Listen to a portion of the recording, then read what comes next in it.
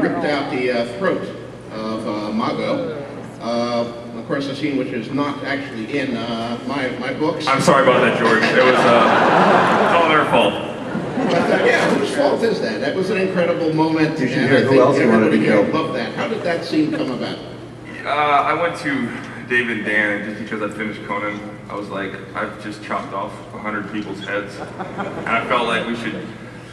Drogo's just such a badass. I wanted just to do one scene, and I wanted to. The most intimidating thing to me would be to like not even use a weapon and just to take his weapons out. And he said something to my wife. I had a dream, and I wanted to rip someone's throat out. This is only because I didn't.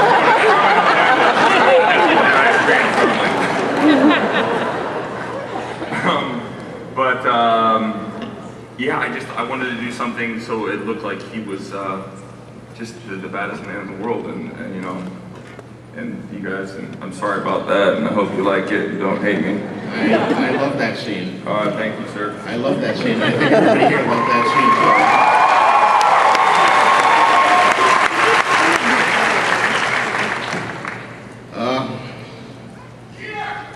Peter.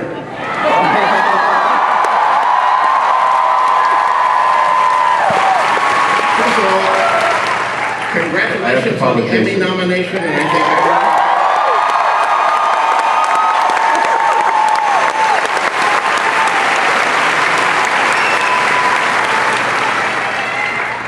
I'm often asked when I do signings who is my favorite character in the books, and I always answer Tyrion. And I know many of the readers say he's my favorite character too. What is it like to step into a situation where you have hundreds of thousands of people who already know your character and love him? Does that change your approach as an actor? Well, I don't know if I even have approach as an actor. I don't know. But I think that everybody on this panel was faced with that. When we started this show, really big shoes to fill, and I think, yes, Tyrion is liked a lot, but so are some of these other characters, so I don't know. Yeah, it was terrifying. I think we're, Kit.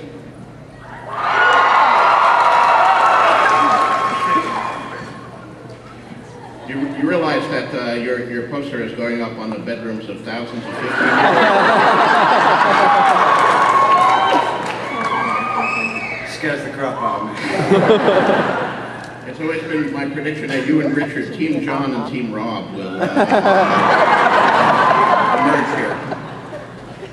You've been working with animals a lot, I've noticed, with a puppet horse in War Horse on the London stage, highly acclaimed, and with a dog playing Wolf on our show. Would you prefer that we went with puppet wolves next season, or did you like working with ghosts? Yeah, the thing about puppet horses is they do what they're told, which is kind of a big bonus. No, I love my dog. I love Cooper, or Ghost, as he's called. I don't know.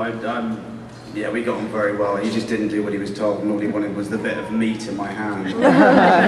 So he used to quite often wagging his tail, and he had his tongue out. Not looking threatening or silent at all, but I think he did a fabulous job, really. Did you, as I asked Amelia, this has been quite a transformation for you too. Is your life changing as a result? Are you being recognized? And I got recognised in Costa Coffee the other day. I was buying a latte, I got recognised by someone. And it's more that you kind of get a bizarre kind of puzzled look of I'm sure I know you from somewhere.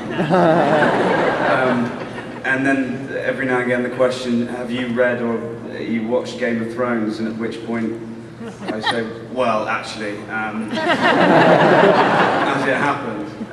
But yeah, no, it's been remarkable. It's been an amazing journey. Absolutely. Well, let's hope it's just beginning here.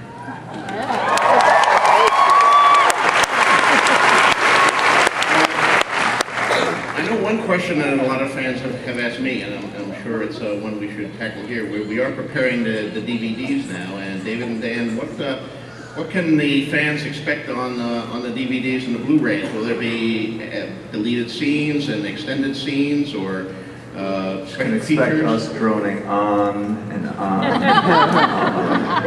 No, there. Unfortunately, or fortunately, we didn't really have any deleted scenes. I mean, we pretty much used everything we shot. It was a very ambitious and challenging schedule, and so as a result of that, it's not like there were a lot of things left on the cutting room floor.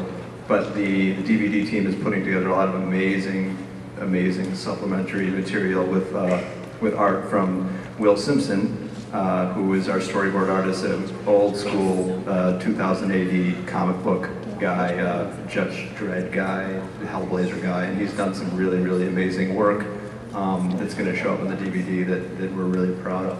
The thing I'm really excited about on the DVDs, it would be great, I wish we had it here, we could show you, but the first auditions for everybody here, what they came in and did with those scenes, we don't have them here, but they are on the DVDs. If you could see what Momoa does. First we have to approve that, sir.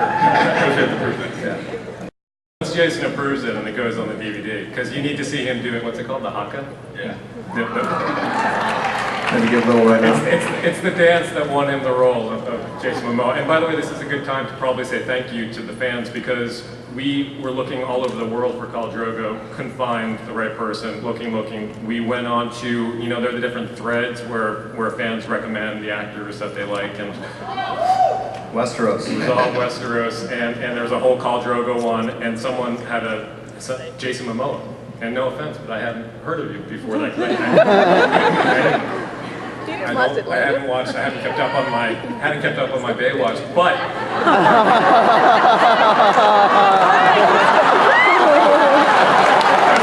they're coming here somewhere. I know there is. So we clicked on the fan was kind enough to have a link with Jason's picture, and we clicked on that, and we thought, that kind of looks Drogo-y. And so we thought, why not? Let's bring him in. And he came in, and he read the scene, and then there's no dance in the actual scene. But Jason decided to show us how good he was. He was going to do the haka and just like tore off his shirt. Would you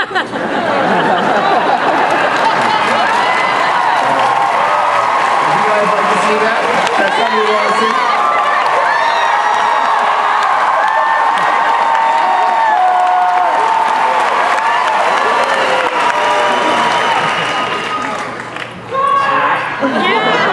So buy the DVDs.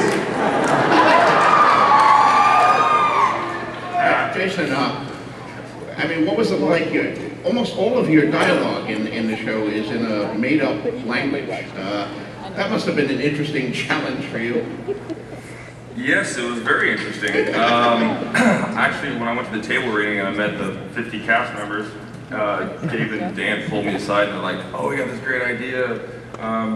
We think it's a good idea that we made this language because there's no way that the whole tribe would learn how to speak English. And I'm like, well, that absolutely makes sense. We should, it's a good idea. Like, well, we have this language, it's like German Arabic. I want you to listen to it. And it literally sounded like Jabba the Hutt, Ozzy Bear.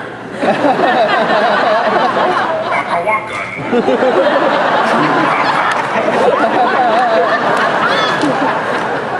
I was like, I really want this job, I won't do anything. We're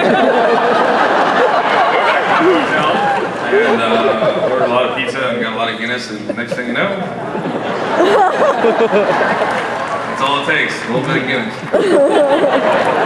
Pointing out that we and I did not invent the language. It was David Peterson as the father of Amazing language, and it's so beautiful, and it was an honor to, it was absolutely the greatest acting achievement to learn something like that, and it was a true honor to be able to communicate like that with someone else and know what they're saying, and it was fun. So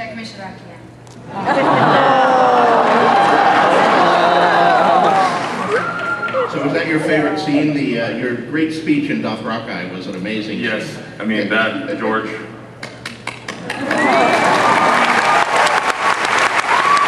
When I read the book, I was like, it was the greatest war speech I've ever heard, and I have to have this role. So I mean, just reading that was an absolute, that was it for me. I'd like to ask actually all of you, what